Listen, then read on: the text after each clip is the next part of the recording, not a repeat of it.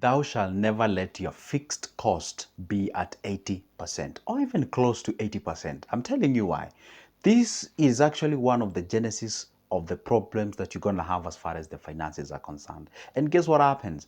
I mean, it's so obvious. For example, if you plant maize, don't be shocked if maize grows. If you plant beans, don't be shocked if plant or maize or other beans grows. The same case applies. When you're having a fixed cost of over 80%, what do I even mean by when I say fixed cost of 80%? Okay, when I say fixed cost, there's something called fixed cost. Fixed costs are simply what we call them the recurrent expenditure. The recurrent expenditure simply means the things that you cannot check them off. They must be there. You have to pay your rent. You have to dress. You have to eat. You have to pay school fees if you have kids. You have to pay that debt. You have to, maybe debt, you can squeeze debt out of it. Maybe it can be debt for development. That's a different case. Get the debt out of this.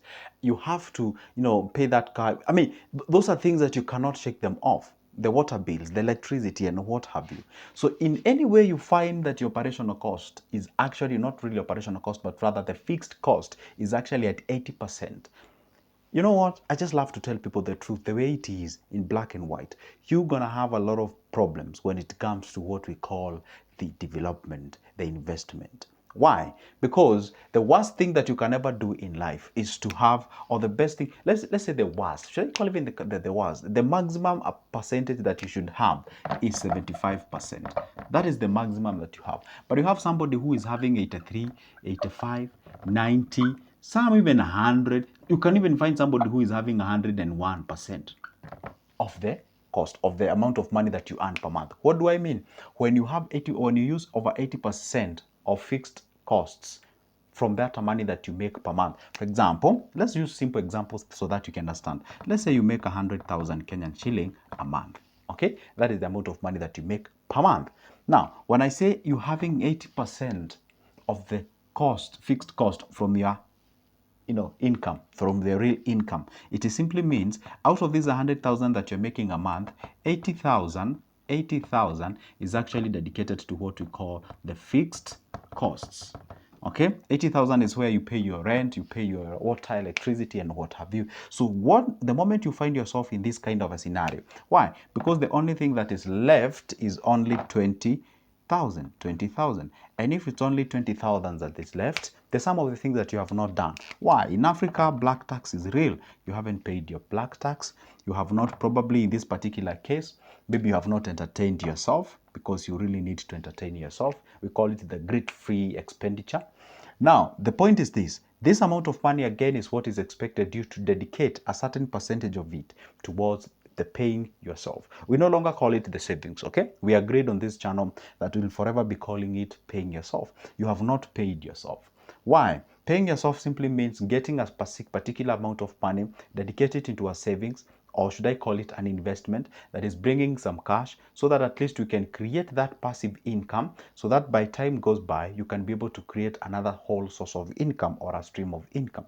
So the moment you realize that your numbers are playing with this particular period, guess what happens? You're gonna be in the complaint basket. You're complaining that the cost of living has gone high. That's true, that's for sure. The cost of living is going high. And even if we forecast and project, we see the cost of living rising and rising. So how exactly, or what exactly are you doing so that you can be able to catch up with that? What exactly are you doing to be at par with that particular eventuality? So what I would dedicate or tell you to do is at least let that percentage be at 75 at most. But this is what I always recommend. Always apply what we call the 50, 30, and 20%. What does it mean? Always make sure that 50% or half of your cash is what you dedicate to pay for your school fee, to pay for your rent, to pay for your water, electricity bills, and all those kind of things. 30% can be dedicated towards entertainment and what have you, so that at least you can leave the entire 20% towards the investments and the savings. And you can always play with this number. There are people who can alternate these numbers, whereby you can put the 20 on the entertainment, and then you can put 30 on your savings. That way you are sure that the 20,000 that is left is actually dedicated towards the savings and investment. And guys, there is something that I told you sometimes back. There are three types of cash flows that you can have in life. We have what we call the positive cash flow. The positive cash flow is when you actually say you're making 100,000 and you are not eating everything. You're left with something. Let's say you're left with 20,000 for the purposes of investment. That is a positive cash flow because there is something positive that is being left after you've spent. And I always tell people, if you actually save or invest before you spend, that's why you pay yourself first. And we have another cash flow that is called zero cash flow. Zero cash flow is when you make 100,000 a month and then you spend the entire 100,000 a month, then you're left with nothing. At that particular point, you do not have any cash flow. You are at zero. And probably this guy who is actually spending his or her money at a percentage of 80% per month, you're actually getting yourself into the problem of such kind of a thing. All right, let's go to the point number 2, or the other cash flow. There is a cash flow called negative cash flow. Negative cash flow, this is basically when you make 100,000 per month but you're living a life of 101,000. Why are you getting this extra 1,000? Because basically you are punching, or you're have you ever punched above your weight? Yeah, basically that is punching above your weight. You're living in a life that you cannot afford. You cannot service it by yourself. You need to have external forces, external people to actually fund your life. And the kind of a life that you're living, you're not even borrowing to actually invest. So the thing is this, check out how much you're actually dedicating. And this is how you can know the percentage of money that you're actually using, that you make per month. Go ahead and take a pen and paper. Monitor this for the next 30 days. I usually tell people, do what you call the donkey work. Take a pen and paper. Go writing them down. Ask yourself, how much do I pay for my rent? X amount of money. And there was a time I gave a tips on how you can actually manage to pay a substantive amount of money for your rent. I always tell people, all these are usually guys who stand beside you when you get paid. The rent, look at it from a point of, this is a guy who needs my money.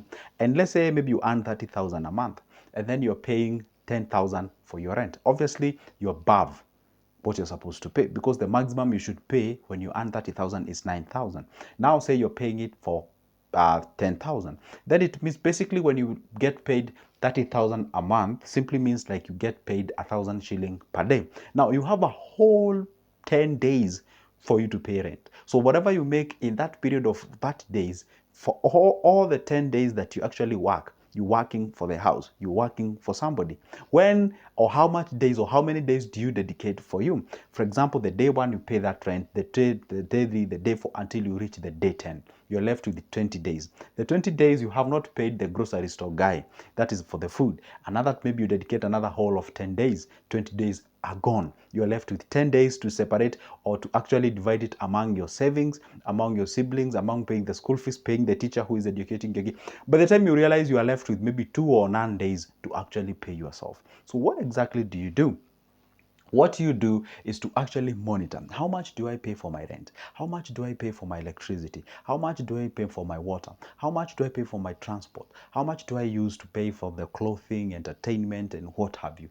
In a whole period of 30 days. Once you monitor that exact cost, then run that against how much you make per month. Then you look at it from point of how much is this in terms of percentage of that what I make. That way, when you compare and contrast the two, you can actually know this one is actually not doing me good and this one is doing me amazing. And when you do exactly that, you can be able to adjust where appropriate and where applicable. And once you do those adjustments, so that you can at least, I always tell people, make sure that at least you dedicate in every 100 that you make sure that 20 goes towards what we call your payment, or what we call them the savings. I simply mean like 20% of whatever you make sure you try as much as you can, you dedicate it towards the savings, towards the investments, so that at least the future of yours can actually be promising. But the moment you use over 20% or 80%, that way you're getting yourself into lots of problems. Let's say, for example, you put it at around 75%.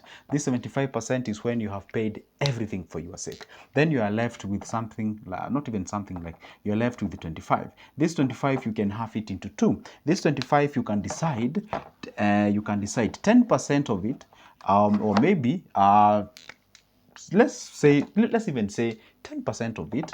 10% you put it into entertainment, and then 15% you can put it into what? Into savings or into investment. I understand this is below 20% that I had recommended, but you'd rather be in this situation compared to having 20, 80% and then you ruin all your numbers and you're going to get yourself into lots of problems. So now that is a simple tip that can help you to go ahead and be able to salvage a lot of money so that you can be able to invest and grow yourself and push yourself towards the development. I would like to know whether you got something out of this video. I tried to make this video as short as I can so that at least we can as well save a lot of time. I didn't want to use like 80% of our time dedicating or talking about the same thing. So the issue is this: make sure that at least you check on this percentage. That can be able to help you. And maybe perhaps you're there, you don't know how to actually organize yourself in terms of the budget. That's why I always leave my number on the comment section, not the comment section brother, but I always leave my number on the description of this specific video so that you can grab that number. Let's have the conversation. You can share with me, how does your budget look like, how much is your recurrent expenditure, and what have you. Because I do believe just like an iron sharpens another iron, so do we learn from each other. And for my services, it's just a cup of coffee's price. My number is always on the description of this specific video. You can shoot me a call or you can shoot me an email. Then we can be able to have a discussion. Or you can grab my booklet about personal finance. And actually, I call it Practical Personal Finance. That's where you grab a lot of information on what you're supposed to dedicate where in terms of your earnings. What are you supposed to do in terms of the stubborn family members, or how can I actually salvage myself out of the problems and what have you. So those are the small tips that I can tell you. You can actually grab that booklet. That booklet will cost you only $3. That is 300, and you can be able to learn a lot of things. So let me know if you'd like to get that copy, and I'll try the best as I can to make sure that that copy reaches you. For now, it's a goodbye. And don't forget, show up to this Good Choice of channel, because I dedicate my channel towards making money and what have you. See you in the next one.